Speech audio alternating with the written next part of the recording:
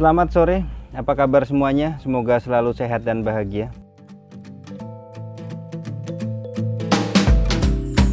Untuk mengetahui kondisi handphone Samsung bekas itu masih bagus atau sudah tidak bagus, kita membutuhkan setidaknya dua aplikasi tambahan, yaitu aplikasi EQ Battery dan aplikasi Samsung Members. Langsung saja ke langkah pertama pengecekannya. Pertama, Om Sis buka menu pengaturan dulu. Kemudian scroll ke bawah.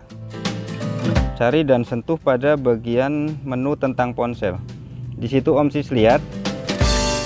Di sini ada informasi nama model, nomor serial, kemudian IMEI slot 1 dan IMEI slot 2. Nah, Om Sis pastikan dua IMEI tersebut, IMEI slot 1 dan IMEI slot 2 yang ada di perangkat ini sesuai atau sama dengan IMEI yang ada dalam informasi di dalam atau pada bagian kemasan atau pada bagian dus handphonenya, jika masih ada ya dus handphonenya. Jika dusnya sudah tidak ada, ya berarti abaikan saja bagian ini. Kemudian sentuh pada bagian informasi status. Di sini lihat ke bagian bawah pada kolom status ponsel. Di sini Om Sis harus menemukan keterangan resmi ya, status ponsel resmi. Jika tidak ada keterangan resmi ini, berarti kemungkinan handphonenya sudah mengalami modifikasi, entah itu rutin atau modifikasi yang lain gitu. Terus di bawahnya ada nilai daya. Di sini di handphone saya ini tercatat DC 9 volt 1,67 ampere. DC 9V 1,67A. Kita hitung coba. Pakai kalkulator. 9 volt kali 1,67. Hasilnya 15,03. Nah, 15,03. Artinya ponsel ini mendukung fast charging 15 watt. Terus kembali ke menu barusan. Menu sebelumnya. Sentuh bagian informasi perangkat lunak. Di sini Om Sis akan mendapati informasi tentang versi One UI Core dan versi Androidnya. Di sini versi Android saya adalah versi 11, kemudian One UI Core-nya versi 3.1. Selesai dari bagian ini. Kemudian kita menuju ke dua aplikasi tambahannya, yaitu apa tadi? EQ Battery dan Samsung Members. Aplikasi EQ Battery bisa Om Sis download melalui Play Store. Sedangkan untuk aplikasi Samsung Members silahkan Om Sis download melalui Galaxy Store. Sekarang kita asumsikan Om Sis sudah memiliki dua aplikasi tersebut. Maka selanjutnya untuk aplikasi EQ Battery kita tidak akan bisa mendapatkan informasinya secara instan. Artinya setelah Om Sis unduh aplikasinya dari Play Store, gunakan dahulu aplikasi EQ Battery itu selama beberapa hari, selama beberapa siklus pengisian daya ya, charging, kemudian digunakan, kemudian dicas lagi, digunakan lagi sampai beberapa kali, baru nanti akan muncul informasi-informasi yang kita perlukan. Sayangnya tidak bisa instan, harus membutuhkan waktu ya setidaknya 2-3 hari lah gitu. Oke, jadi kita asumsikan saja sekarang Om Sis sudah menggunakan aplikasi EQ Battery itu selama beberapa hari. Jadi kita buka aplikasi EQ Battery-nya. Kemudian di bagian tab menu dipakai, Om Sis scroll ke bawah.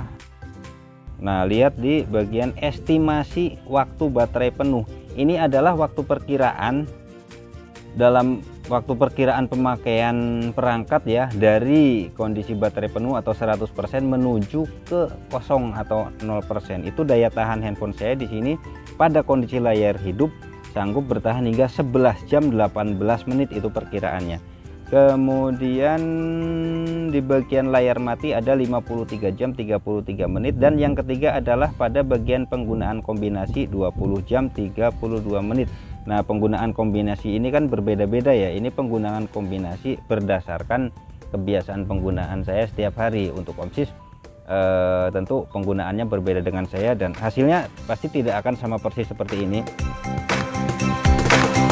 Hanya saja yang perlu Om Sis ingat, jika di bagian estimasi waktu baterai penuh ini nilainya ada yang terlalu rendah, misalnya di bagian layar hidup daya tahannya hanya 3 jam atau 4 jam, itu artinya kondisi baterainya sudah tidak normal atau sudah tidak kuat bertahan lama.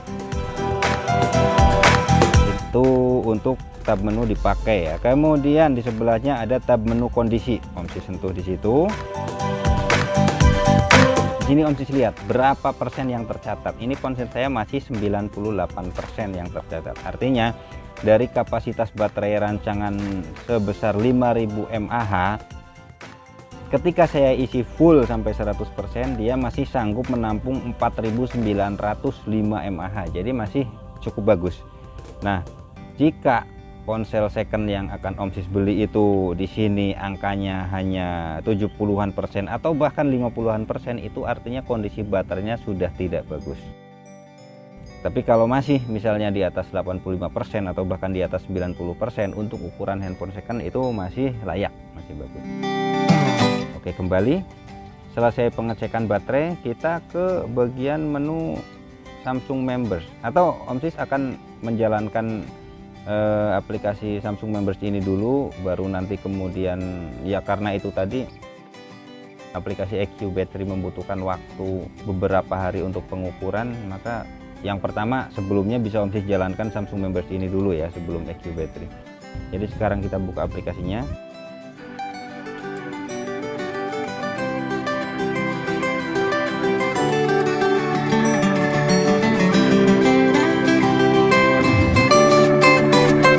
Setelah terbuka halaman awal aplikasinya seperti ini, Om Sis sentuh pada bagian tab menu bantuan. Di sini Om Sis akan mendapati bagian menu diagnosis. Jika Om Sis belum pernah menjalankan diagnosis sebelumnya, maka yang akan Om Sis lihat di sini adalah tombol mulai tes ya. Nah, karena sebelumnya saya sudah menjalankan pengujian, di sini ada tombol lihat tes, saya lihat hasilnya. Ini belum saya tes semuanya, jadi saya sentuh lanjut pengujian.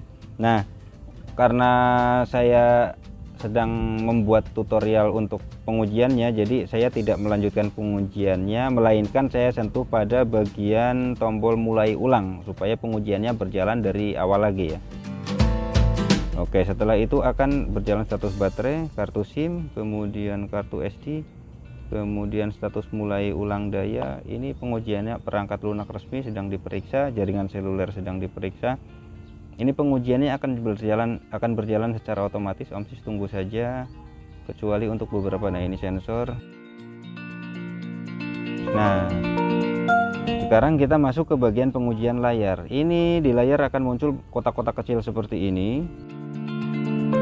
Di sini ada petunjuknya ya, usap di sepanjang kotak hingga semua kotak berubah warna.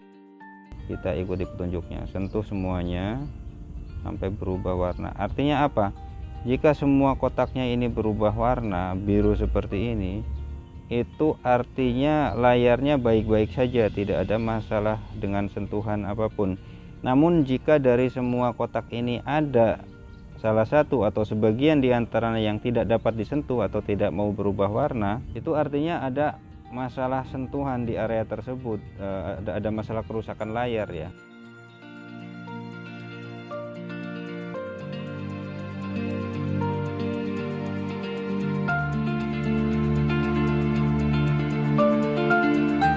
Untuk semua geser seperti ini juga boleh. Nah, kemudian ini saya sisakan ada 2. Kita buktikan ini masih ada 2 lagi yang belum tersentuh. Jika setelah 2 ini disentuh berubah warna semua, berarti kondisinya oke.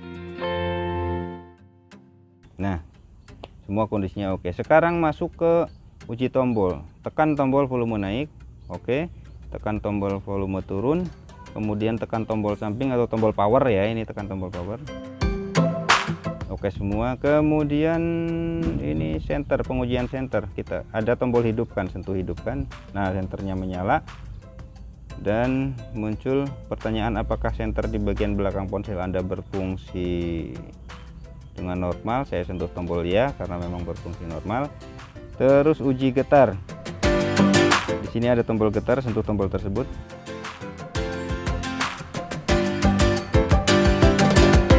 Oke, karena getarannya berjalan normal, maka selanjutnya saya sentuh pada bagian tombol ya ketika muncul apakah ponsel Anda bergetar normal. Nah, saya sentuh tombol ya. Terus berikutnya uji getaran notifikasi, saya sentuh lagi tombol getar.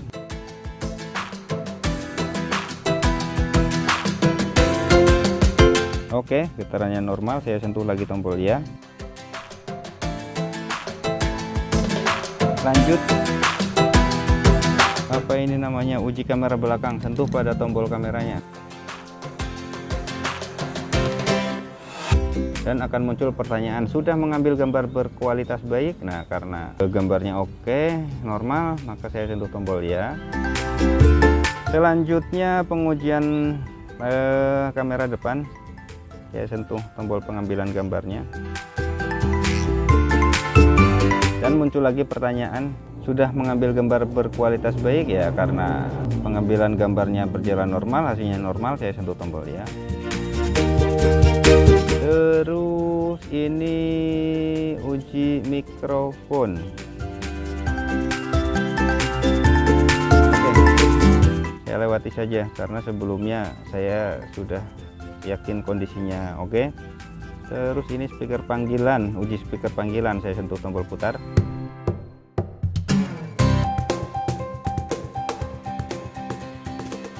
Dapatkah Anda mendengar suara di speaker? Oke, iya, karena memang iya. Terus uji speaker media, sentuh lagi tombol putar.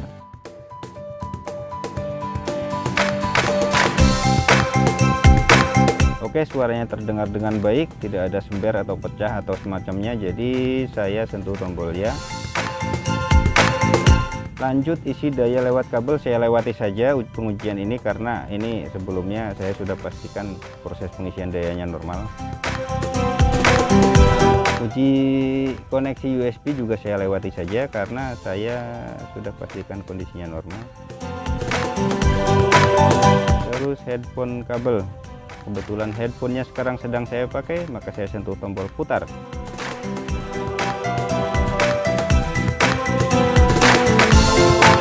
Oke, terdengar baik, maka saya sentuh tombol ya. Terus pengenalan sidik jari, nah, maka saya letakkan fingerprint saya di sensor. Oke, berjalan baik. Selanjutnya ini apa? Pengenalan wajah, sensor pengenalan wajah. Oke, saya sedang tidak gunakan sensor wajah, namun sebelumnya saya sudah pastikan kondisinya baik, maka saya lewati saja pengujian ini. Terus uji akurasi lokasi, uji GPS ini ya, sentuh tombol mulai. Oke, sudah selesai. Kemudian ini pengujian Bluetooth sedang berjalan.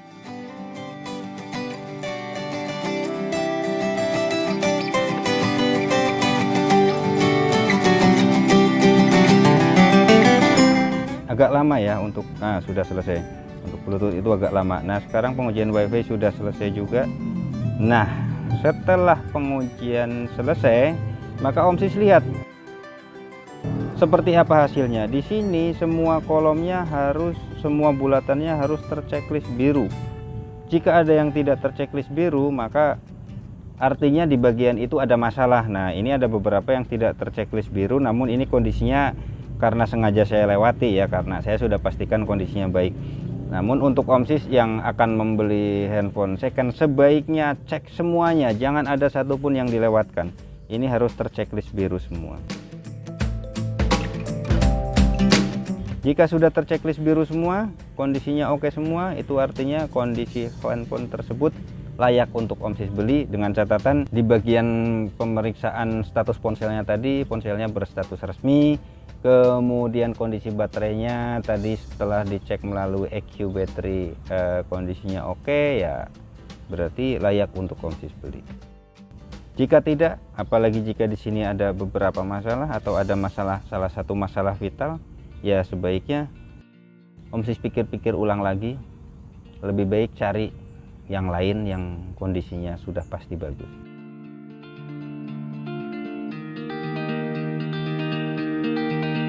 Ada satu hal lagi yang kelewat.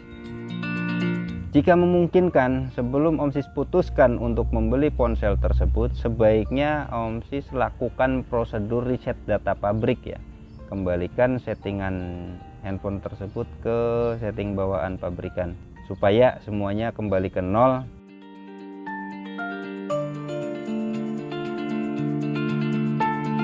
Menunya ada di bagian menu pengaturan. Om Sis buka dulu menu pengaturan, kemudian sentuh pada bagian menu manajemen umum dan scroll ke bawah perlahan ya. Sentuh pada bagian menu reset ini ya.